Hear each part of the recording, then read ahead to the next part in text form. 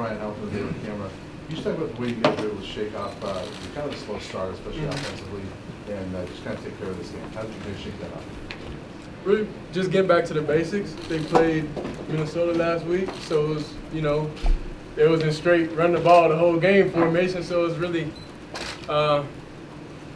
hard. I say study the tape to get intimate and know their tails and what they're gonna do. But I truly appreciate going through this game, going through this with my team, so we know how to respond when adversity hits. Because last week it was back and forth, but this week, the defense stepped up. Offense was really slacking. But it was a good defense we played though. I like the scheme. I like the scheme of them. It made it tough on us. But I'm just happy I was able to face it. So next time going against it, I'll be good. Shedeur Miller, Fox 31. First part, two-part question. One, how would you rate your Coach Prime shuffle or your prime time shuffle after you scored that rushing touchdown?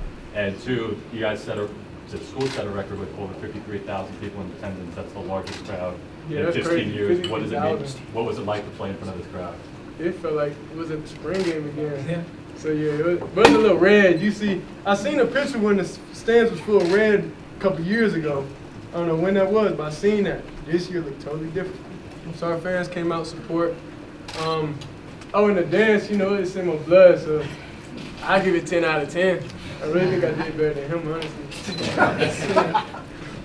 Shedeur Sanders from the Denver Post. Obviously, offense made a statement last week. What kind of statement do you think you and the offense make this week in the home opener?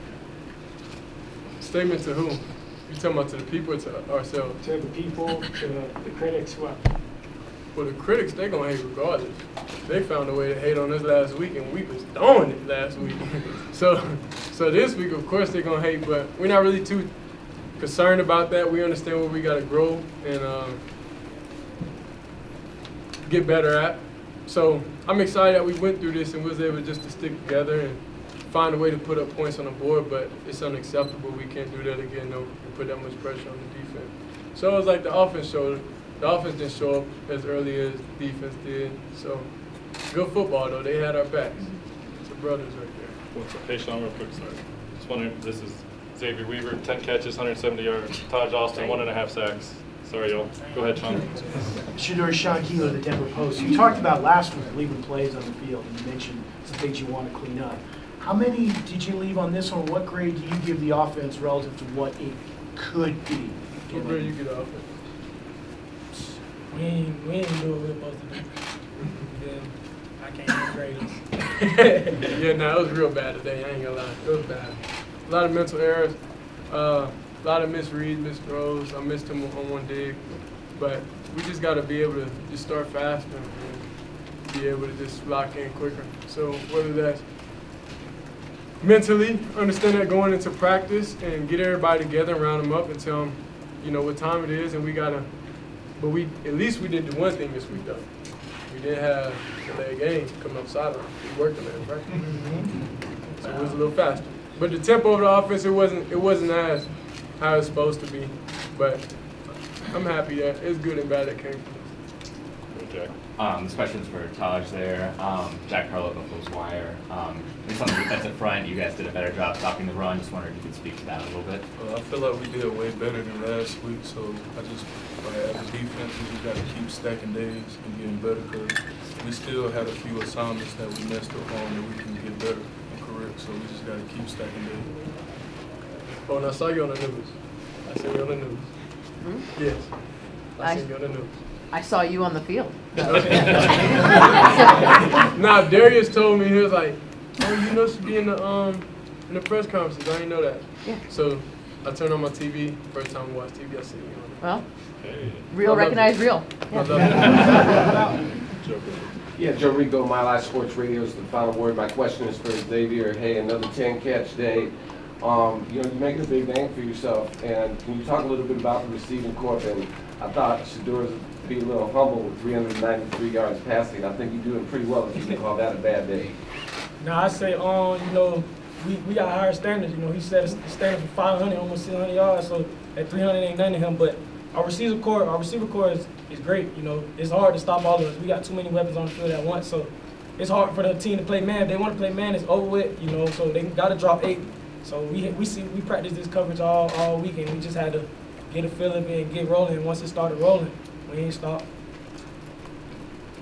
Go ahead, Romy. This is Xavier, Romy being CBS Colorado.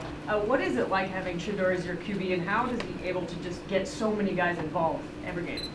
Really, it starts in practice.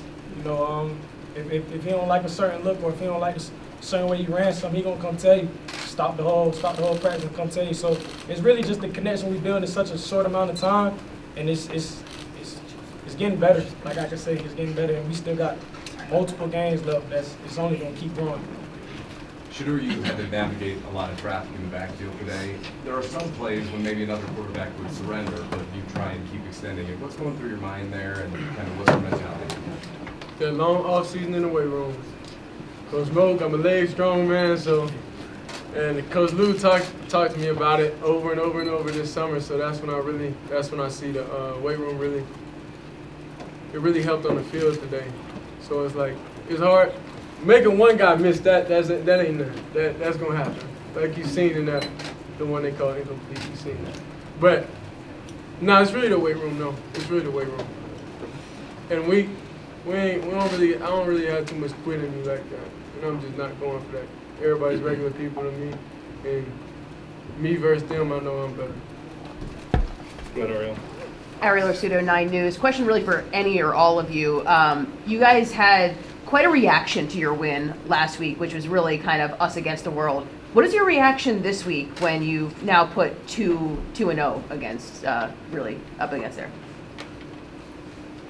I feel like we know what type of group we got. We just got to keep staying hungry and stacking days, and I feel like the sky's the limit for our team. Oh. Nah, I feel like getting the second win, grateful, appreciative of it. But, you know, whenever you coming off a high, like, as in, we're winning, everybody's talking about us and stuff like that, we got to be able to lock in and stay focused. So that's really where the second game came in, to where we're able, okay, we won. Everybody's talking about Colorado. Everybody don't believe us. Now they're believing and stuff like that. So now we got to be consistent. So the fact that we was able to go out there and play good football, the defense was able to step up for us, and the offense took its time to get started. It just shows us like our teammates and how we are for each other, and that, you know, when times get tough, we gonna lean on each other. Jake, go ahead. Jake Schwartz, DNVR. Question for Taijh. You guys didn't have any sacks last week. What was it like to come out and have the game you did and just perform overall? I feel like it was a lot of fire for all of us as a unit, because obviously it's not good when you have a whole game and nobody on the D-line gets sacked. So this week I feel like it was real personal for us, and I feel like we had to achieve our goal. We just got to keep stacking days. For any and all of you guys, this was your first experience playing in this Nebraska-Colorado rivalry. I know your coach had told you all week it was personal. Were you guys able to really buy into this rivalry, and what did it feel like out there?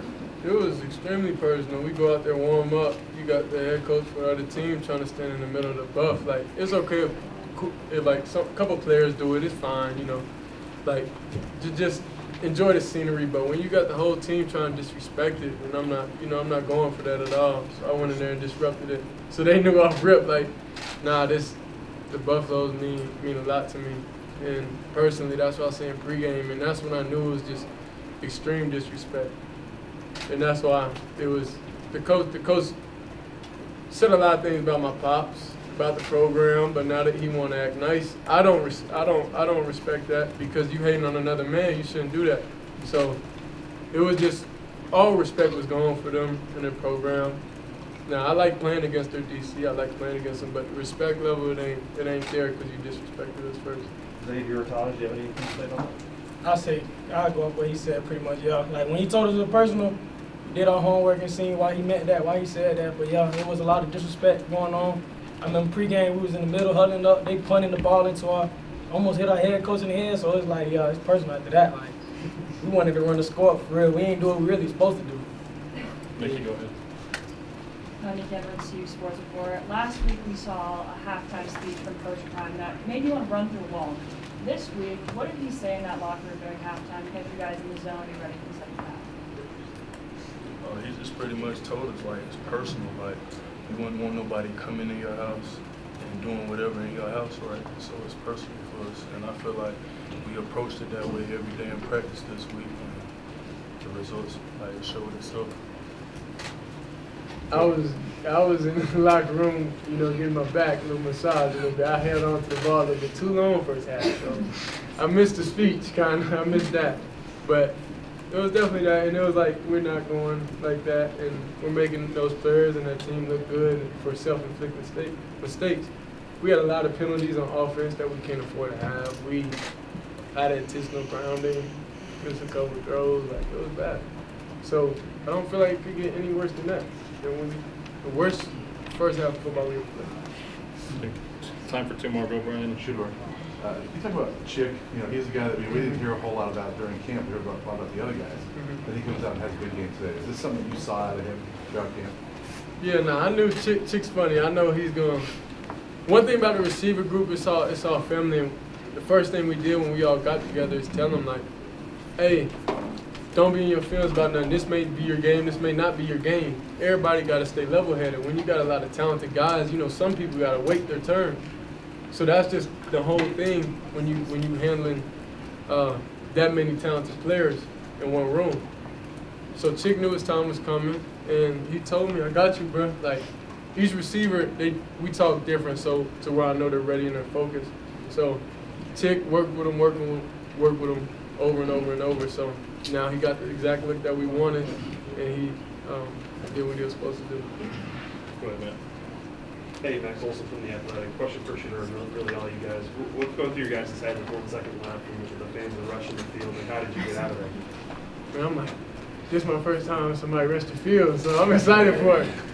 Then it was bittersweet, because I started getting beat up in there, so it looked fun, but I'm telling you, stay out of that. And they try to tell me, hey, in the locker room, with me being hard-headed, I'm like, nah, I want to enjoy it. So, but it was a bittersweet moment. Yeah, it hurt a little bit. All right, thanks, guys. Appreciate it, Thomas. Good job.